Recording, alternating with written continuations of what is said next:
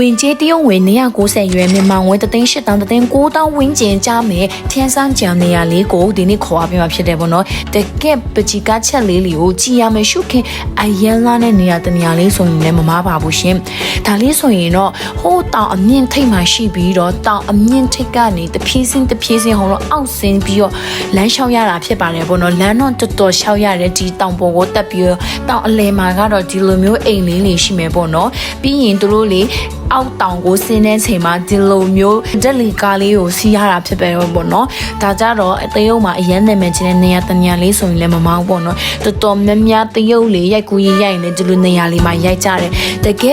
ယ်လို့ပေါ့နော်ကိုကဒီတရုတ်ပြည်မှာသွားပြီးတော့တရုတ်ဝတ်ဆောင်လက်လေးတွေနဲ့ဝေဒင်ပုံလေးရိုက်မယ်ဆိုရင်ဒီနေရာလေးမှာသွားရိုက်ရင်ဆိုလည်းနေရာအများကြီးရိုက်လို့ရမယ့်နေရာရှိမယ်လို့လည်းမျှော်လင့်ပါတယ်ပေါ့နော်ဒါကတော့အခုဒီအပြင်ဝင်ပေါက်လေးကိုဒီမှာကနေစောင့်ဝင်ရတာပေါ့နော်ဒါကတော့ဟိုတောင်အစင်းမှာအရန်ကိုအေးပါတယ်ပေါ့နော်လက်လီရောညီရဲတောင်ပြီးတော့သွေးတော်မရှိတော့သလိုပဲအေးပါတယ်ပေါ့နော်လက်အိတ်တွေကစမိုးတွေကလည်းရွာတယ်ပေါ့နော်သီးတွေကစဆောင်ရပါတယ်ပေါ့နော်ဟိုတယ်ဒီနေရာကနေအပြန်မှာတော့ကျွန်မရုပ်ကတော့အခုဒီလိုမျိုးပဲပါနေဆိုးထားတော့ပဲညီရဲတောက်ပြတာ original ရုပ်ကလေးဖြစ်ပါတယ်ပေါ့နော်ဒီလိုပုံစံလေးဖြစ်တာအရန်ကိုအေးပါတယ်အနွေးထက်ထူထူလေးဝတ်သွားဖို့တော့အားလုံးကိုကျေးဇူးတင်ပါတယ်